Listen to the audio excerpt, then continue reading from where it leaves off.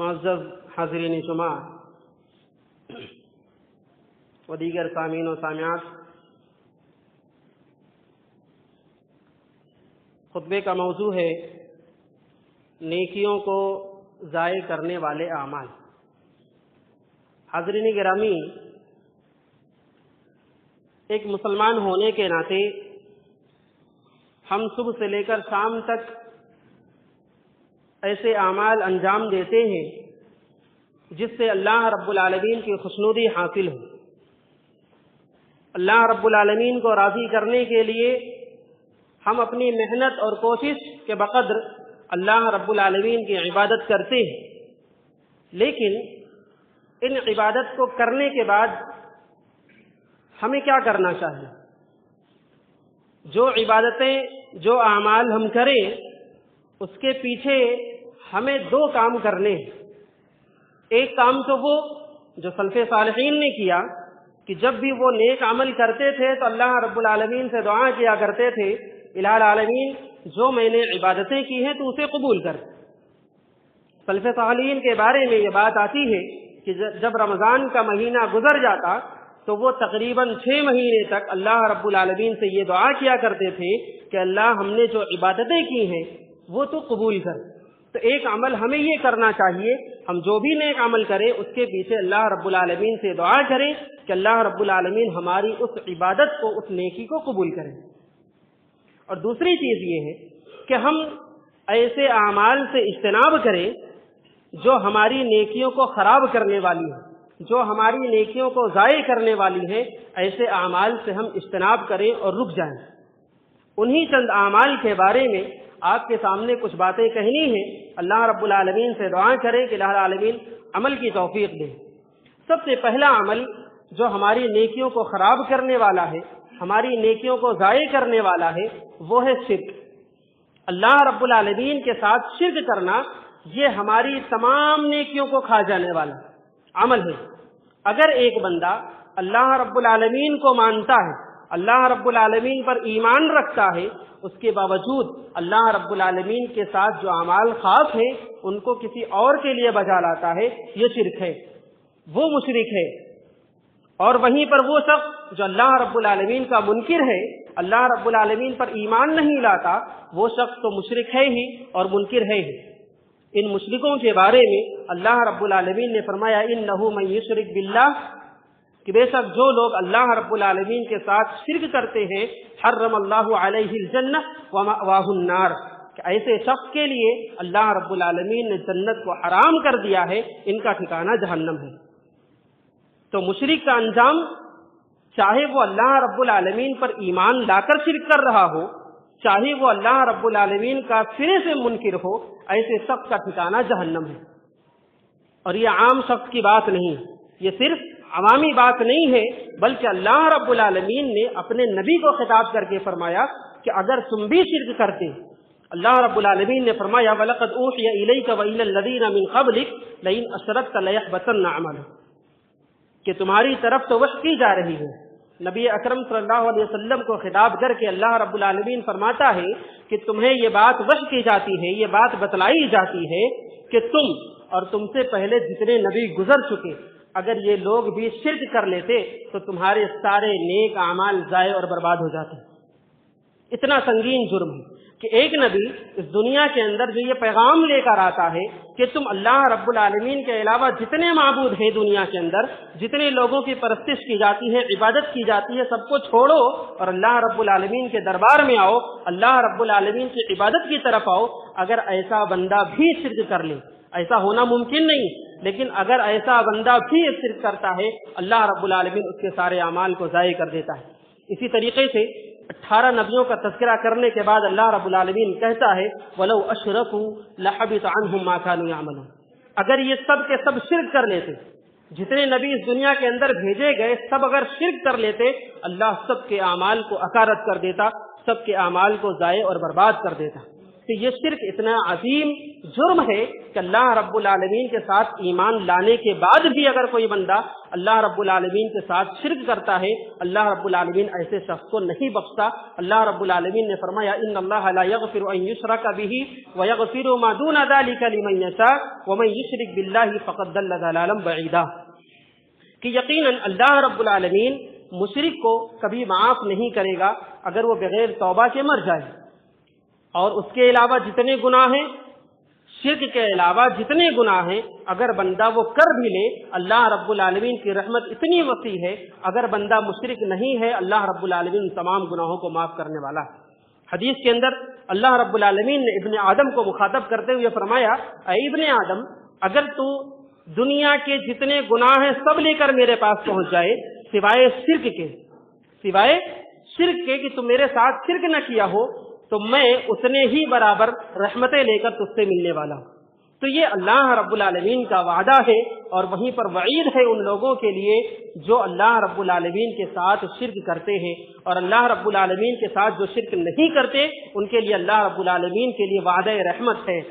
تو معلوم یہ ہوا کہ ہماری نیکیوں کو کھا جانے والا، ہماری نیکیوں کو ضائع کرنے والا سب سے بڑا جو عمل ہے وہ ہے شرک، ہمیں اس سے اجتناب کرنا چاہیے۔ اسی طریقے سے شرک کے تعلق سے اگر ہم دیکھیں تو ہمارے سماج اور معاشرے میں چند ایسے اعمال رائج ہیں جن کی ہم پرواہ نہیں کرتے۔ سب سے پہلی چیز غیر اللہ کی قسم کھانا، غیر اللہ کی قسم کھانا یہ بھی شرک ہے۔ نبی اکرم صلی اللہ علیہ وسلم نے فرمایا من حلف بغیر اللہ فقد اشرک، کہ جس نے اللہ کے علاوہ غیر اللہ کی قسم کھائی، اللہ کے علاوہ غیر کی قسم کھائی، اس نے شرک کیا۔ اب ہم اپنے سماج اور معاشرے کے اندر دیکھیں، اپنے بچوں پر نظر دوڑائیں، اپنے نوجوانوں پر نظر دوڑائیں، یہ کن کی قسمیں کھاتے ہیں؟ یہ ماں کی قسم کھا رہے ہیں، باپ کی قسم کھاتے ہیں، بات بات پر قسم کھاتے ہیں، اپنی روزیوں کی قسم کھاتے ہیں، بیویوں کی قسم کھاتے ہیں، سر کی قسم کھاتے ہیں۔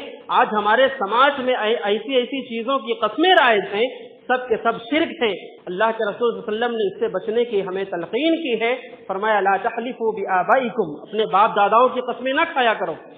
قسم کھانی ہے اللہ رب العالمین کی قسمیں کھاؤ، اور اگر کوئی شخص مومن شخص اللہ رب العالمین کے علاوہ غیر اللہ کی قسم کھا لے، اسے چاہیے کہ وہ لا الہ الا اللہ پڑھے۔ نبی اکرم صلی اللہ علیہ وسلم نے ہمیں یہ تعلیم دی ہے کہ اگر کوئی شخص نہ چاہتے ہوئے اس کی عادت بن چکی ہے، آج اگر ہم شکایت کریں کہ ہمارے نوجوان اور ہمارے بچوں کے اندر عادت بن گئی ہے، بات بات پر ان کی زبان سے ماں قسم نکل جاتا ہے، ایسے شخص کو تلقین کیا جائے کہ وہ لا الہ الا اللہ پڑھ لیا کرے، اللہ رب العالمین بخشنے والا ہے۔ تو غیر اللہ کی قسم کھانا یہ بھی شرک ہے، اس سے ہمیں اجتناب کرنا چاہیے۔ اسی طریقے سے تعویذ لٹکانا، دھاگے باندھنا آج ہمارے سماج میں دیکھیں کتنا عام ہے، اور دھاگے باندھنے والوں کی دو قسمیں ہیں۔ ہم اپنے سماج میں دیکھیں تو ایک تو وہ لوگ ہیں، اگر آپ ان سے سوال کریں کہ آپ دھاگا تعویذ کیوں باندھتے ہیں، تو ایک یہ سوال کریں گے کہ بس یوں ہی باندھ لیا، اس کے پیچھے کوئی مقصد نہیں ہے۔ تو ان کے لیے شریعت کا یہ قانون ہے، اور نبی اکرم صلی اللہ علیہ وسلم نے فرمایا من تشبہ بقوم فہو منہم، یہ قاعدہ آپ ہمیشہ یاد رکھیں۔ آپ کی ہر زندگی میں، ہماری ہر زندگی میں یہ قاعدہ فٹ ہوگا کہ جو کوئی شخص غیر کی مشابہت کرے وہ انہی میں سے۔ اگر ہم دھاگا باندھتے ہیں تو دھاگا باندھنے والا کون؟ مشرک۔ ہم دھاگا باندھتے ہیں، ہم بھی مشرک۔ ہمارا لباس غیروں کی طرح ہے، مسلمان کی طرح ہمارا لباس نہیں ہے، ہم مسلمان نہیں ہیں۔ یہ شریعت کا قانون ہے، من تشبہ بقوم فہو منہم، کہ جو کوئی شخص غیر کی مشابہت اختیار کرے، غیر کی زندگی کی طرح اپنی زندگی گزارے، وہ انہی میں سے۔ تو اگر آپ کا دھاگا باندھنا اور اس کے پیچھے کوئی مقصد نہیں ہے، آپ فیشن کے طور پر باندھ رہے ہیں، پھر بھی آپ کی خیر نہیں ہے۔ دوسری شکل ان لوگوں کی ہے جو کسی بیماری کی شفا کے لیے باندھتے ہیں۔ اگر ان کا مکمل عقیدہ یہ ہے کہ اس دھاگے کی وجہ سے، اس تعویذ کی وجہ سے ہمیں شفا مل جائے گی، تو یہ مکمل طور پر یہ شرک کر رہے ہیں، اور یہ شرک اکبر ہے۔ اس لیے کہ شفا دینا اور کسی بھی چیز کا اختیار اللہ رب العالمین کے پاس ہے۔ ایک بندہ اپنے عقیدے کو، اپنے ایمان کو اللہ رب العالمین کے اوپر سے ہٹا کر ایک دھاگے پر کر لیتا ہے، اور یہ شرک ہے۔ تو اگر آپ کسی بیماری سے شفا کے لیے دھاگے باندھتے ہیں یا تعویذ لٹکاتے ہیں تو یہ کھلا ہوا شرک ہے، اللہ رب العالمین بغیر توبہ کے معاف نہیں کرے گا۔ تو اس سے بھی ہمیں اجتناب کرنا چاہیے، اپنے دوست و احباب اور اپنے بچوں کو اس سے اجتناب کرنے کی تلقین کرنی چاہیے۔ اسی طریقے سے ہمارے اعمال کو، ہماری نیکیوں کو کھا جانے والا ایک عمل ہے کاہن اور عراف کے پاس جانا۔ کاہن اور عراف وہ لوگ جو ہمارے سماج اور معاشرے کے اندر اپنی دکان کھولے ہوئے ہیں اور یہ کہتے ہیں کہ ہم آپ کی مستقبل کا حال بتانے والے ہیں، اس چیز کا دعویٰ کرتے ہیں کہ آپ ہمارے پاس آئیں، اپنا ہاتھ دکھائیں، اپنی قسمت آزمائیں، کل کیا ہونے والا ہے ہم اسے بتانے والے ہیں۔ ایسے لوگوں کے پاس جانا یہ ایمان کا خطرہ ہے۔ اگر کوئی شخص ایسے لوگوں کے پاس جائے، اپنے سلسلے میں کچھ پوچھ گچھ کرے تو ایسے شخص کا ایمان جانے کا خطرہ ہے۔ آج ہمارے سماج اور معاشرے میں بہت سے ایسے لوگ بہت پکے ایمان والے کیا سوچتے ہیں کہ ہم ان کے پاس جائیں گے صرف آزمانے کے لیے۔ ٹھیک ہے، ہمارا ایمان نہیں جائے گا، ہم صرف آزمانے کے لیے ان کے پاس جاتے ہیں۔ ذرا پوچھیں تو یہ کیا بتا رہے ہیں، کتنی سچائی ہے ہماری مستقبل کے بارے میں، بڑے پکے ایمان والے۔ اگر خدا نخواستہ آپ کی قسمت میں وہ چیز لکھی تھی، آپ اس شخص کے پاس گئے، اس کاہن کے پاس، جادوگر کے پاس گئے، اپنی قسمت کو آزمایا، اپنے مستقبل کے بارے میں جانکاری حاصل کی اور اگلے ہی پل وہ چیز ہو گئی، اگلے ہی پل وہ چیز ہو گئی، آپ بتائیں آپ کا ایمان کہاں گیا؟ کیا آپ کے ذہن و دماغ میں یہ بات نہ آئے گی کہ اس شخص نے صحیح کہا، اس شخص نے کہا کہ گھاٹا ہونے والا ہے اور ہو گیا؟ تو ان لوگوں کے پاس جانا یہ ہمارے ایمان کا سودا کرنا ہے۔ اور نبی اکرم صلی اللہ علیہ وسلم نے فرمایا من اتی کاہنا او عرافا فصدقه بما يقول فقد كفر بما انزل على محمد، کہ جو کوئی شخص ایسے لوگوں کے پاس جائے، کاہن کے پاس جائے، عراف کے پاس جائے، جو مستقبل کے بتانے کا دعویٰ کر رہے ہیں، گمشدہ چیزوں کو تلاش کرنے کا علم رکھنے والے اور اس کا دعویٰ کرنے والے ہیں، ایسے لوگوں کے پاس جائے اور کسی چیز کا سوال کرے، اس کی تصدیق بھی کر دے، تو وہ شخص نبی اکرم صلی اللہ علیہ وسلم پر نازل کردہ چیز کا انکار کرنے والا ہے۔ یعنی اللہ کے رسول صلی اللہ علیہ وسلم اس دنیا کے اندر ایمان اور اسلام لے کر آئے ہیں، اگر کوئی شخص ان عراف اور کاہن کے پاس جا کر اپنی قسمت آزماتا ہے، گویا کہ وہ دین اسلام کا انکار کرنے والا۔ تو ان لوگوں کے پاس جا کر اپنی قسمت آزمانا یہ ہمارے ایمان کے ساتھ سودا کرنا ہے، اس سے بھی ہمیں بچنا چاہیے۔ اسی طریقے سے ہماری نیکیوں کو کھا جانے والا، ہمارے اعمال کو ختم کر دینے والا، ضائع کر دینے والا ایک عمل ہے ریاکاری۔ ریاکاری ایک ایسا عمل ہے جو نیک لوگوں میں پایا جاتا ہے۔ اگر کوئی بندہ نیکی کرنے چلے تو اس کے ذہن و دماغ میں یہ خیال آئے گا کہ میری شہرت ہونی چاہیے، ایک شخص یہ سوچے گا کہ اس کے پیچھے میرا نام ہونا چاہیے، یہ ریاکاری ہے، یہ دکھاوا ہے۔ نبی اکرم صلی اللہ علیہ وسلم نے فرمایا انی اخوف ما اخاف علیکم الشرک الاصغر قالوا وما الشرک الاصغر یا رسول اللہ قال الریا۔ نبی اکرم صلی اللہ علیہ وسلم نے صحابہ کرام کو مخاطب کرتے ہوئے فرمایا کہ مجھے تم پر سب سے زیادہ جس چیز کا ڈر ہے وہ ہے شرک اصغر۔ تو صحابہ کرام نے پوچھا اے اللہ کے رسول صلی اللہ علیہ وسلم یہ شرک اصغر کیا ہے؟ فرمایا ریاکاری ہے۔ ریاکاری کیا ہے؟ مثال بیان کی کہ ایک بندہ نماز پڑھ رہا ہو، ایک بندہ نماز کے لیے کھڑا ہو اور پھر اس کے نماز کے دوران ہی اس کے ذہن میں یہ خیال آئے، یہ بات آ جائے کہ ایک شخص مجھ کو دیکھ رہا ہے، اور اس کے دیکھنے کی وجہ سے وہ اپنی نماز کو بہترین انداز سے پڑھنے لگے، لمبے لمبے رکوع اور سجود کرنے لگے، یہ شخص ریاکار ہے۔ کہ جو بندہ اللہ رب العالمین کے لیے نماز کے لیے کھڑا ہوا تھا، اللہ رب العالمین کے لیے اس نے پڑھنی تھی، لیکن درمیان نماز اس کے ذہن و دماغ میں یہ بات آ گئی کہ ایک شخص مجھ کو دیکھ رہا ہے اور اس کے دیکھنے کی وجہ سے وہ اپنی نماز کو سدھار کرتا ہے، یہ ریاکاری ہے۔ اور یہ ریاکاری ایک نیک بندوں کے اندر ایسے داخل ہوتی ہے جیسے کہ چونٹی کے چلنے کی آہٹ ہوتی ہے جو سنائی نہیں دیتی۔ ایک آدمی، نیک آدمی کے اندر یہ بیماری اور یہ عمل ایسے داخل ہو جاتا ہے اسے اس بات کا احساس بھی نہیں ہوتا۔ اسی لیے اللہ کے رسول صلی اللہ علیہ وسلم نے ہمیں دعا سکھلائی ہے، اللہم انی اعوذ بک من ان اشرک بک وانا اعلم واستغفرک لما لا اعلم۔ یہ ہر بندے کو یاد ہونا چاہیے کہ اے اللہ ہم اس گناہ سے، اس شرک سے تجھ سے پناہ چاہتے ہیں جو ہم جانے یا جانتے ہوئے ہم کر دے، اور اس گناہ سے بھی مغفرت مانگتے ہیں جو انجانے میں ہم سے ہو جائے۔ تو یہ دعا ہمیں یاد ہونی چاہیے۔ تو ریاکاری اتنی خطرناک چیز ہے کہ یہ نیک بندوں کے اندر ایسے شرائط کر جاتی ہے کہ بندے کو احساس نہیں ہوتا۔ ہم اپنے سماج اور معاشرے کے اندر دیکھیں کہ جو لوگ نیک عمل کرتے ہیں ان کے پیچھے کئی مقاصد ہوتے ہیں۔ اگر ان کا مقصد صرف اللہ رب العالمین کو راضی کرنا ہے تو تب تو یہ عمل ان کے لیے قابل قبول ہے، اللہ رب العالمین ان کا یہ عمل قبول کرے گا۔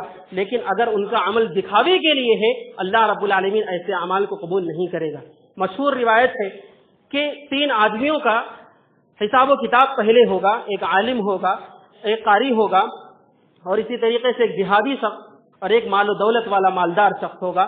ان تینوں کے بارے میں اللہ رب العالمین ان سے پوچھے گا کہ میں نے تمہیں علم دیا، تم نے کیا کیا؟ میں نے تمہیں مال و دولت دی اور میں نے تمہیں طاقت و قوت دی تھی، تم نے کیسا استعمال کیا؟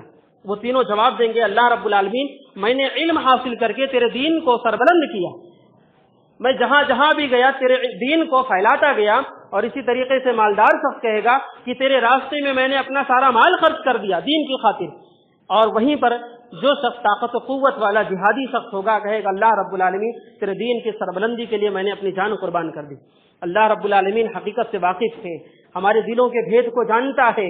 اللہ رب العالمین کہے گا نہیں، معاملہ ایسا نہیں ہے، تم نے یہ سارے اعمال دنیا میں دکھاوے کے لیے کیے، تم نے یہ اعمال دکھاوے کے لیے کیے ہیں تاکہ تمہیں عالم اور قاری کہا جائے، تاکہ تمہیں علامہ کہا جائے، تاکہ تمہیں اس دنیا کے اندر بہت بڑا مالدار شخص کہا جائے اور بہت بڑا جہادی شخص کہا جائے کہ یہ شخص اللہ رب العالمین کے راستے میں اپنی جان قربان کر دیا۔ تو تمہیں دنیا کے اندر یہ شہرت حاصل ہو چکی ہے، آج تمہارے لیے جہنم ہے، اور ان تین قسم کے لوگوں کو اللہ رب العالمین جہنم میں داخل کر دے گا۔ تو یہ انجام ہے ریاکاری کا۔ جو شخص اس دنیا کے اندر رہتے ہوئے اللہ رب العالمین کے لیے خالص عمل نہ کرتے ہوئے لوگوں کو دکھاوے کے لیے کرتے ہیں، ایسے شخص کا انجام یہ ہے کہ ان کے ساری نیکیاں ساری تگ و دو اللہ رب العالمین ضائع اور برباد کر دے گا۔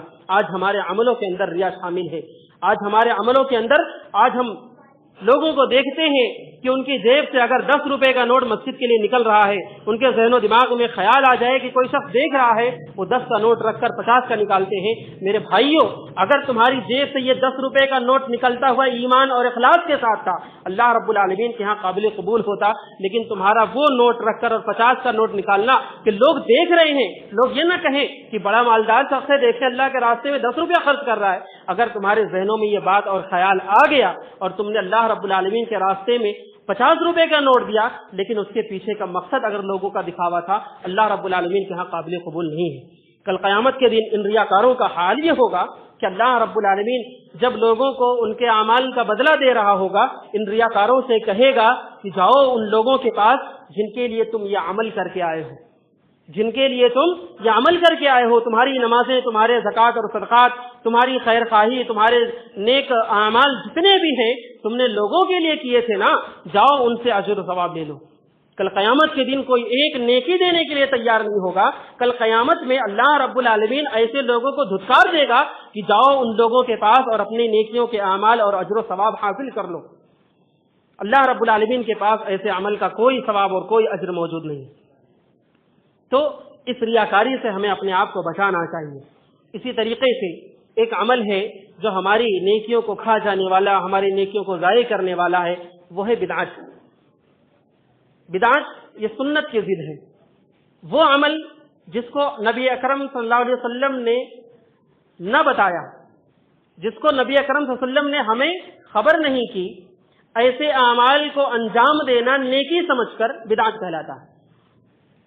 ایسا عمل دین اسلام کے اندر، ایسا عمل جس کو نبی اکرم صلی اللہ علیہ وسلم نے نہیں بتلایا اور پھر اس عمل کو نیکی سمجھ کر کرنا، یہ بدعات ہے۔ ہم اپنے سماج کا جائزہ لیں تو ہمارے سماج کے اندر اتنے بدعات ہیں کہ آدمی گننے اور شمار کرنے لگ جائے تو تھک جائے۔ ایک انسان کی پیدائش سے لے کر اس کی وفات اور اس کی وفات کے بعد تک اتنے اعمال انجام دیے جاتے ہیں کہ اللہ کی پناہ، اتنے بدعات ہمارے سماج اور معاشرے کے اندر رائج ہیں۔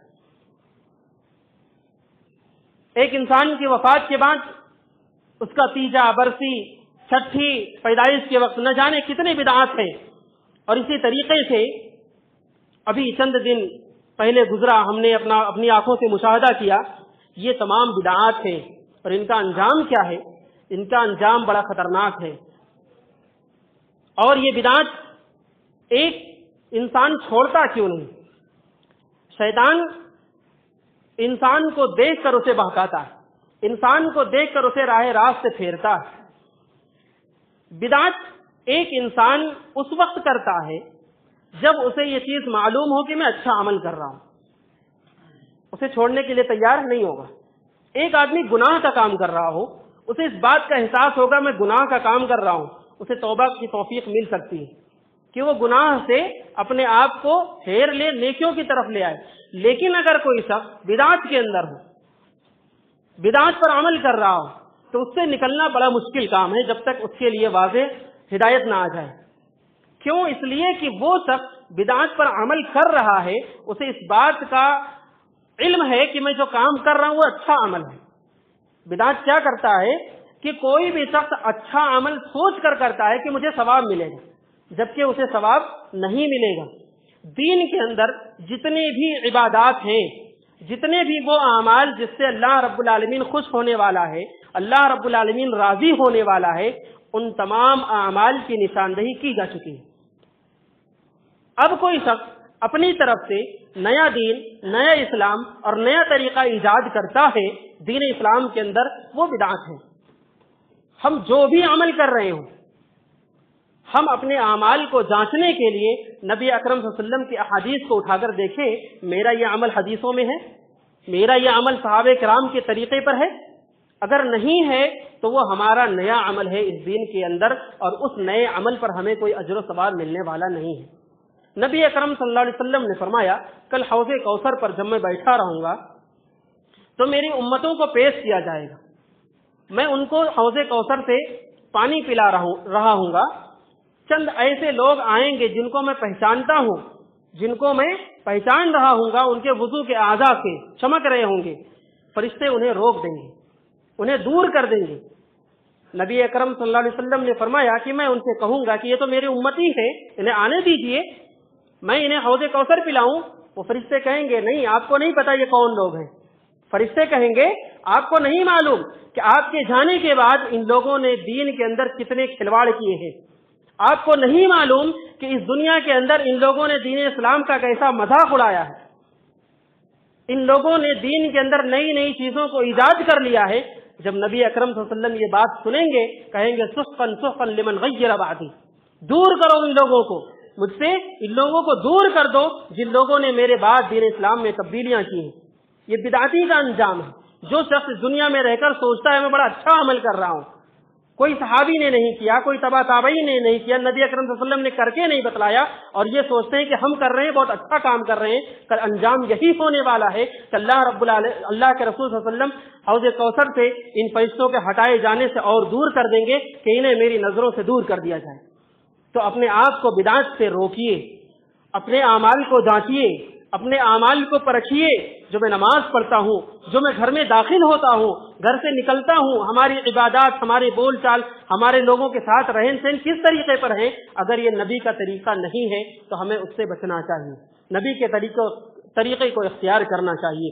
تو بدعت ایک ایسا عمل ہے، اگر کوئی شخص اس پر عمل کرتا رہے گا، اللہ رب العالمین کے ہاں اس کے لیے کوئی اجر و ثواب نہیں، اور اس نے جو نیکیاں کی ہیں وہ بھی ضائع اور برباد ہو جائیں گی۔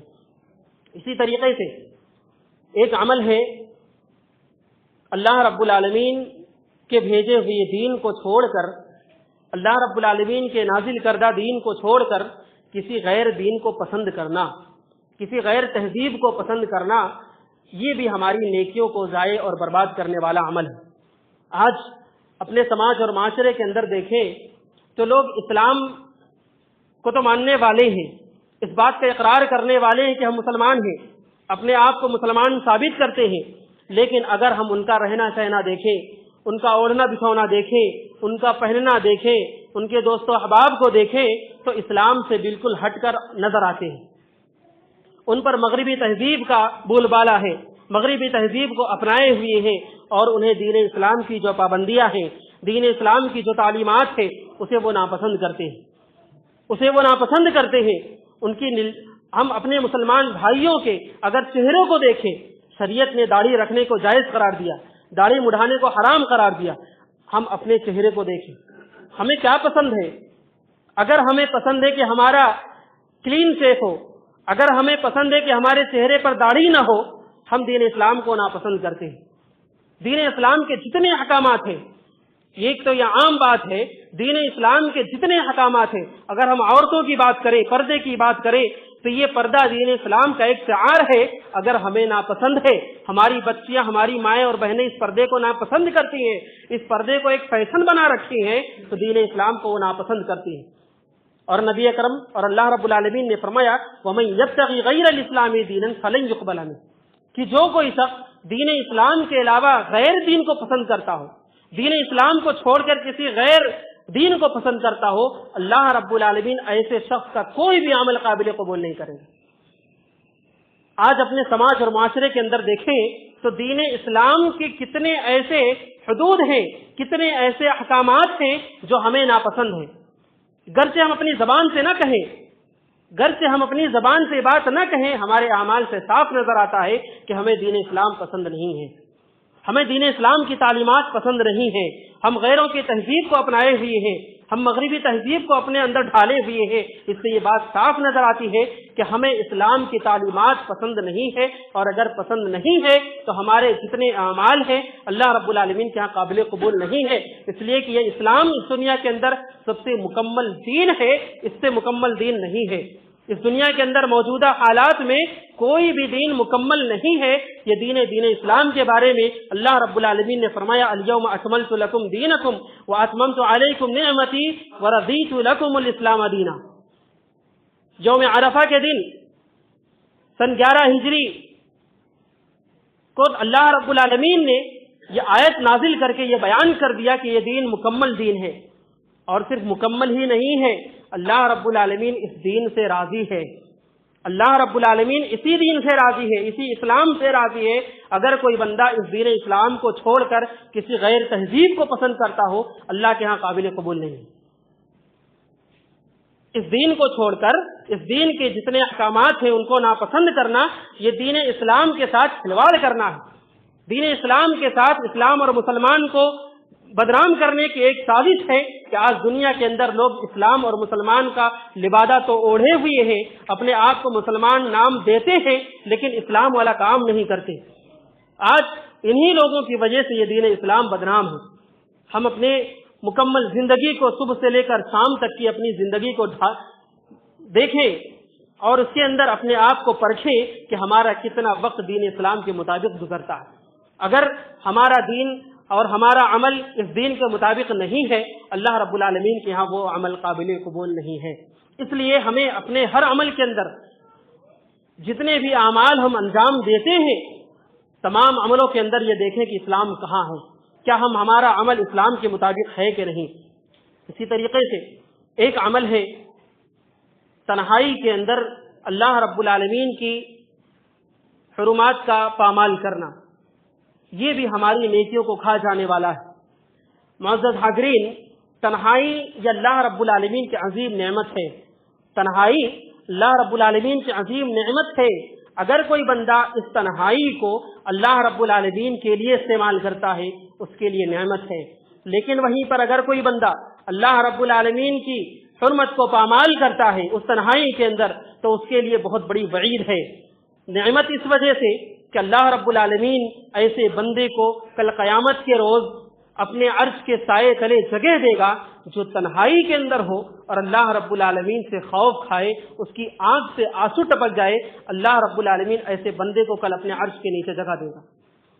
تنہائی کے اندر اللہ رب العالمین کا خوف آ جائے، ہمارے سامنے کوئی نہیں ہے، ہم اکیلے گھر کے اندر بیٹھے ہوئے ہیں، اللہ کا خوف آ جائے، آج ہم نے دن کے اندر کتنے ایسے گناہ کر دیے، اللہ رب العالمین کا یہ حساب لے گا تو ہماری کیا حالت ہوگی۔ اللہ کا یہ خوف ہمارے دل کے اندر آ جائے اور آنکھ سے آنسو ٹپک جائے، اللہ رب العالمین کے ہاں اس کی اتنی قیمت ہے کہ اللہ رب العالمین کل جب کوئی سایہ نہ ہوگا ایسے سائے تلے جگہ دے گا۔ لیکن آج جب ہم اپنے معاشرے کا جائزہ لیتے ہیں تو ہماری تنہائیاں بہت ہی بدکاریوں سے اور بہت ہی گناہوں سے بھری پڑی ہیں۔ آج ہمارے نوجوان تو ٹھیک، چھوٹے چھوٹے بچے تنہائیوں کے عادی ہیں۔ کیوں؟ انہیں تنہائیاں پسند ہیں۔ تنہائی کیوں پسند ہے؟ اس لیے کہ اس کے اندر وہ گناہ کر سکے۔ تنہائی کیوں پسند ہے؟ ہر بچہ، ہر نوجوان چاہتا ہے میں گھر کے اندر رہوں تو اکیلے ایک روم میں بند رہوں، اور اس کے ہاتھ میں ایک موبائل فون، اس کے روم میں ایک ٹیلی ویژن ہو۔ وہ بندہ اکیلا رہنا چاہتا، کیوں؟ تاکہ وہ اللہ رب العالمین کے حرام کردہ چیز کو انجام دے سکے۔ آج ہم میں کا ہر شخص تنہائی پسند اس وجہ سے ہے کہ وہ گناہ کر سکے۔ یہ ہماری تنہائیاں، ذرا سوچیں، اس تنہائی کے اندر ہمارے گناہ پر گواہ وہ شخص ہے، وہ ذات ہے۔ ہماری اس تنہائی میں کیے گئے گناہ پر گواہ وہ ذات ہے جو کل ہمارے ساتھ حساب و کتاب کرنے والا۔ ہمارے کیے ہوئے عملوں کو کوئی نہیں دیکھ رہا، ہم تنہائی میں ہیں، ہم عمل کر رہے ہیں، گناہ پر گناہ کیے جا رہے ہیں، اللہ رب العالمین کے حرام کردہ چیز کو پامال کر رہے ہیں۔ دیکھنے والا کون ہے؟ کل ہمارے اس گناہ پر گواہ کون ہے؟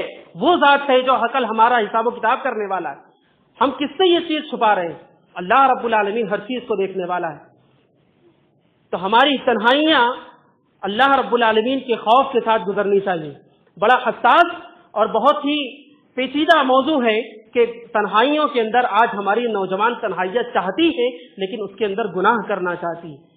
ڈر جائیے، رک جائیے، کل قیامت کے دن اللہ رب العالمین ہماری نیکیوں کو ریت کے ذرات کے مانند بنا کر اڑا دے گا۔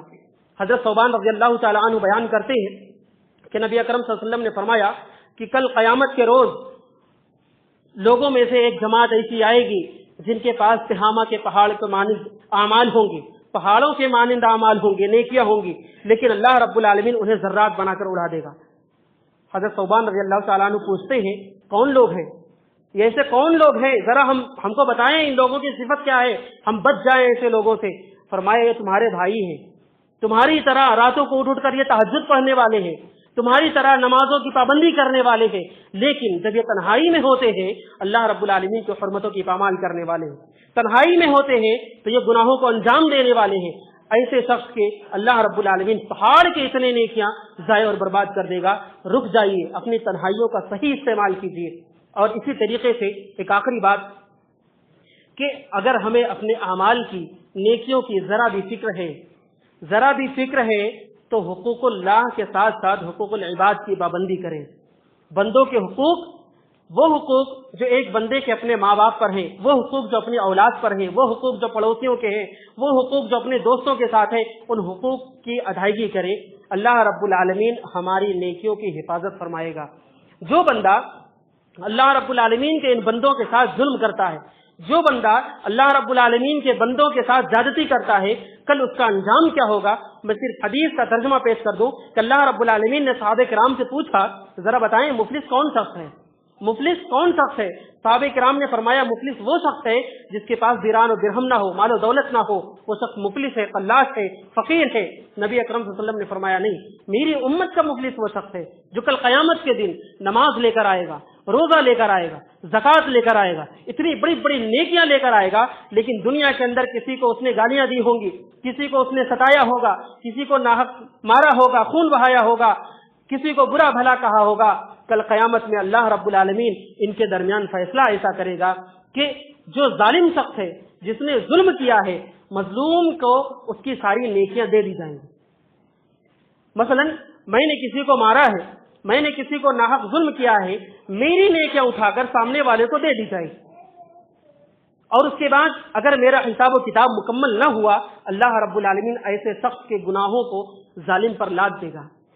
جو شخص اس دنیا کے اندر رہتے ہوئے ہم دیکھتے ہیں بہت بڑا نمازی ہے، پہلے صف میں حاضری ہے، بہت بڑا پاک و صاف نظر آتا ہے، لیکن بندوں کے ساتھ اس کا معاملہ اگر ٹھیک نہیں ہے تو اللہ رب العالمین ایسے شخص کے ساتھ ایسا حساب و کتاب کرے گا کہ اس کی ساری نیکیاں مظلومین میں تقسیم کر دے گا، اور اگر حساب برابر نہ ہوگا تو مظلومین کے گناہ اٹھا کر ظالم پر لاد دے گا، اور جو شخص نیکیوں کا انبار لے کر آیا تھا اب صرف اور صرف گناہ بچے ہیں، اللہ رب العالمین اسے جہنم میں پھینک دے گا۔